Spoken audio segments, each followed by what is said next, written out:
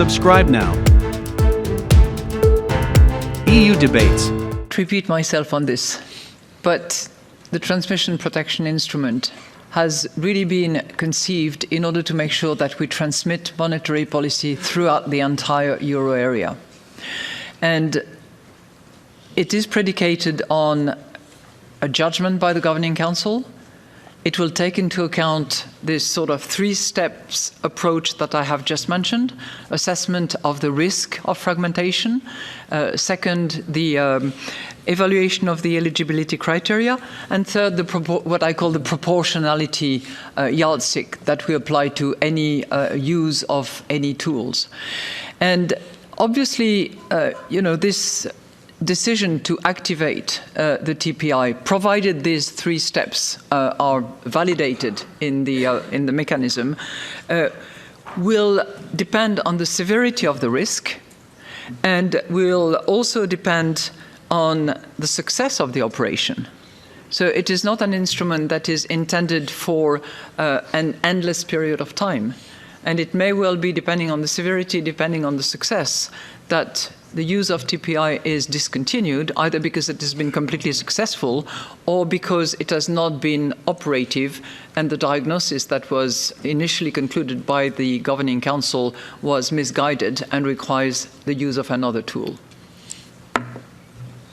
I tried to be brief so that you have the floor. No, I read the statement after your last meeting, explaining this element that you summarized us now. But my point is, if the country where you identify problems for the transmission of monetary policy is a country where the inflation rate is higher than the average, it's clear that if you buy more debt from that country, you will contribute to more inflation.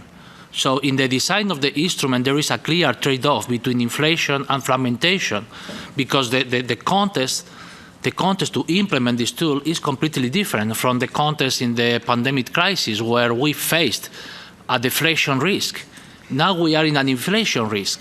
And with inflation, you will not be able to buy debt from a country where the country who will be suffering problems for the transmission of the monetary policy, because in that context you will contribute to increase the inflation just in that market. So in the design there is a clear trade-off between fragmentation and inflation that is not solved. And I think that we need to think about it more.